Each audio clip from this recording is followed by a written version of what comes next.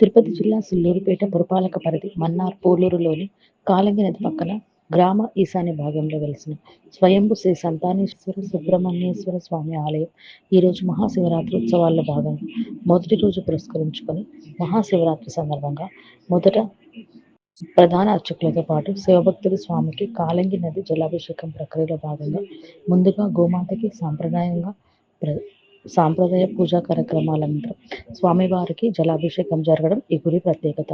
ఈ సంతానేశ్వర స్వామి గుడికి వచ్చే భక్తులు రోజు రోజుకి పలు ప్రాంతాల నుంచే కాక కేరళ, తమిళనాడు, తెలంగాణ నుంచి కూడా వచ్చి సంతానం లేని దంపతులు తమ కోరికల్ని మనసులో కోరుకొని కాలంగి నది జలాభిషేకం స్వామివారికి చేసుకున్న తర్వాత తప్పకుండా మంచి జరుగుతుందని నమ్మకం ఈ గుడి ప్రత్యేకత.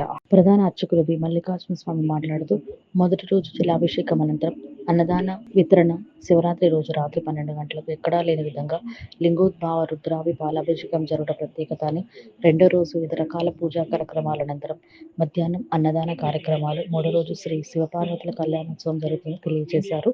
తర్వాత స్వామి దంపతులకు గ్రామోత్సవ ఊరేగింపు అనంతరం కార్యక్రమాలు ముగుస్తాయని తెలిపారు.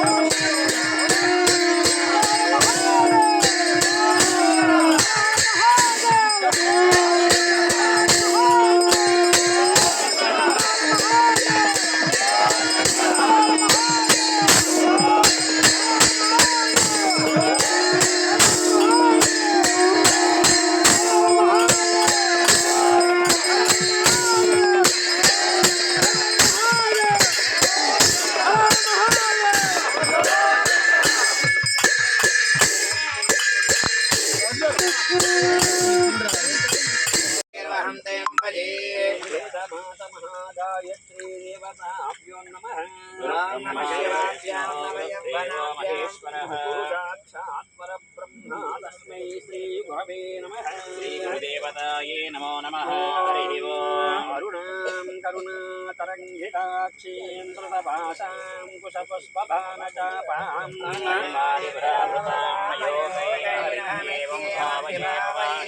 ध्यायेत् पद्मासनस्तां विकसितवदनां पद्मपत्रायताक्षी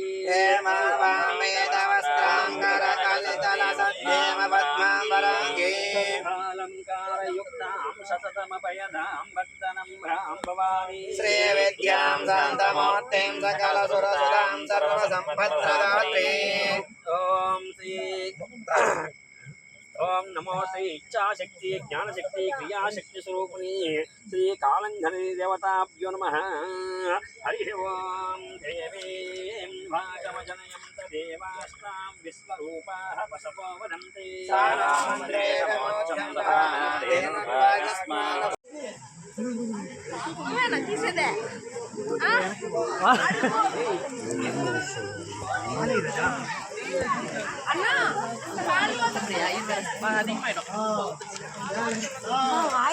பூவை பிச்சு போடக்கூடாது. அப்படியே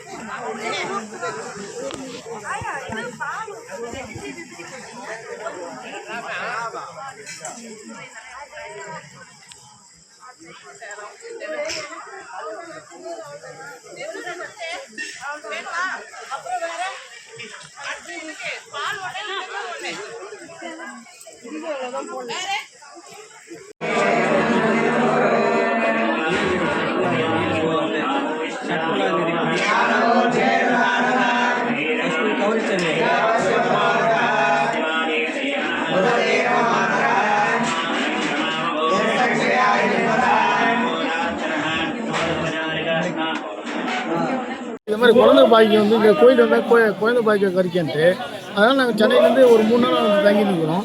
தங்கி நிற்க அம்மன் சிவன் அருளால் எங்களுக்கு ஒரு நல்லது நடக்கணும்ட்டு வந்துருங்க ஐயா. తెలుగు ఇవన్నీ మాకు పెట్టలు కావాలని మేము ఎక్కడి నుంచి వస్తున్నారమ్మా మీరు? చెన్నై నుంచి వస్తున్నాము. చెన్నై నుంచి వస్తున్నాము. ఈ శివాలయానికి వస్తే మాకు మంచి జరుగుతుందని మేము వచ్చాము. శివరాత్రికి వచ్చి ఉన్నాము స్వామి. శివరాత్రికి ఇక్కడికి వస్తాము. పిల్లలు లేని వాళ్ళకి ఇక్కడ సంతానం కలుగుతుంది. బాగుంటుంది. ఇక్కడ ఏమనుకున్నా కానీ జరిగిపోతూ ఉంటాయి. ఎక్కడ నుండి నదిలో నుంచి తీసుకొచ్చిన తీర్థం తీసుకొచ్చి శివలింగం మీద పోస్తే అక్కడ సంతానం కలుగుతుంది. లేదా వివాహం కాని వాళ్ళకి వివాహం అవుతుంది. మనసులో ఏ కోరికలు ఉన్నా కానీ తీరిపోతాయి.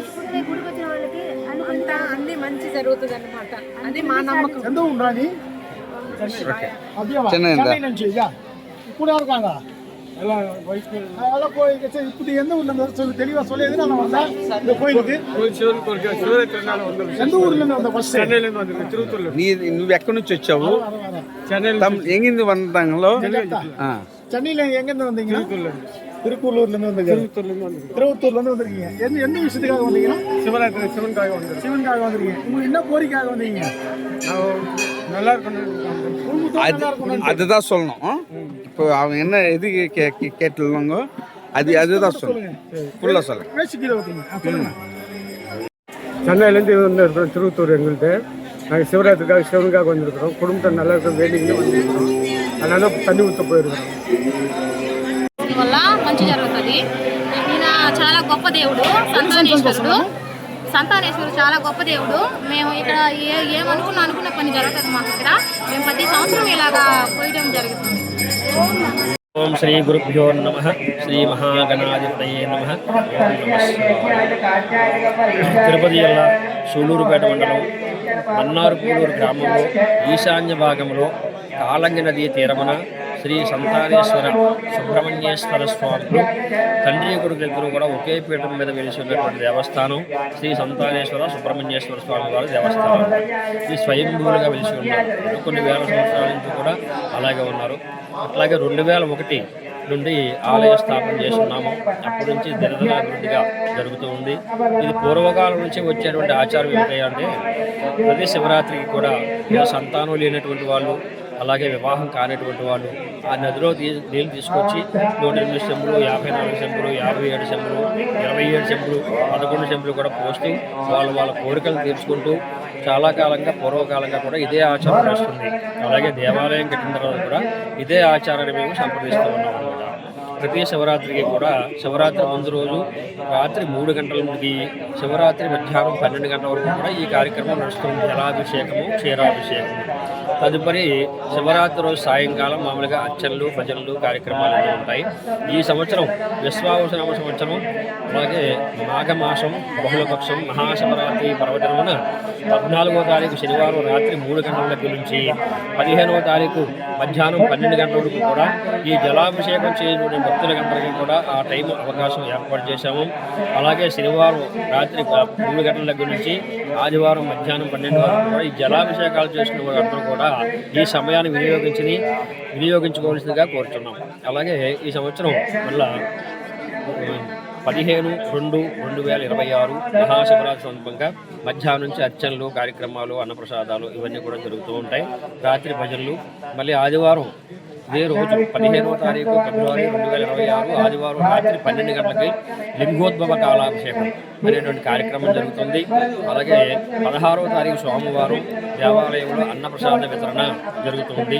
అలాగే 17వ తారీఖు మంగళవారం సాయంకాలం పార్వతీ పరమేశ్వర్ల కళ్యాణం అత్యంత వైభవంగా జరుగుతుంది. అలాగే 18వ తారీఖు ఉదయం 8 గంటల దగ్గర నుంచి మన పార్వతీ పరమేశ్వర్లు, సుబ్రహ్మణ్య స్వామి, గణపతి వీళ్ళంతా కూడా ఊరేగింపు అనే కార్యక్రమం అంటే మన భాషలో గ్రామోత్సవానికి ఆ రోజు నిర్ణయించాము. అలాగే ఊరంతా కూడా ఆ రోజు స్వామివార్లు, కళ్యాణమూర్తులై అలాగే కొడుకులు కూడా వెనకాల ఉండి చక్కగా గ్రామం అంతా తిరిగి వస్తారు.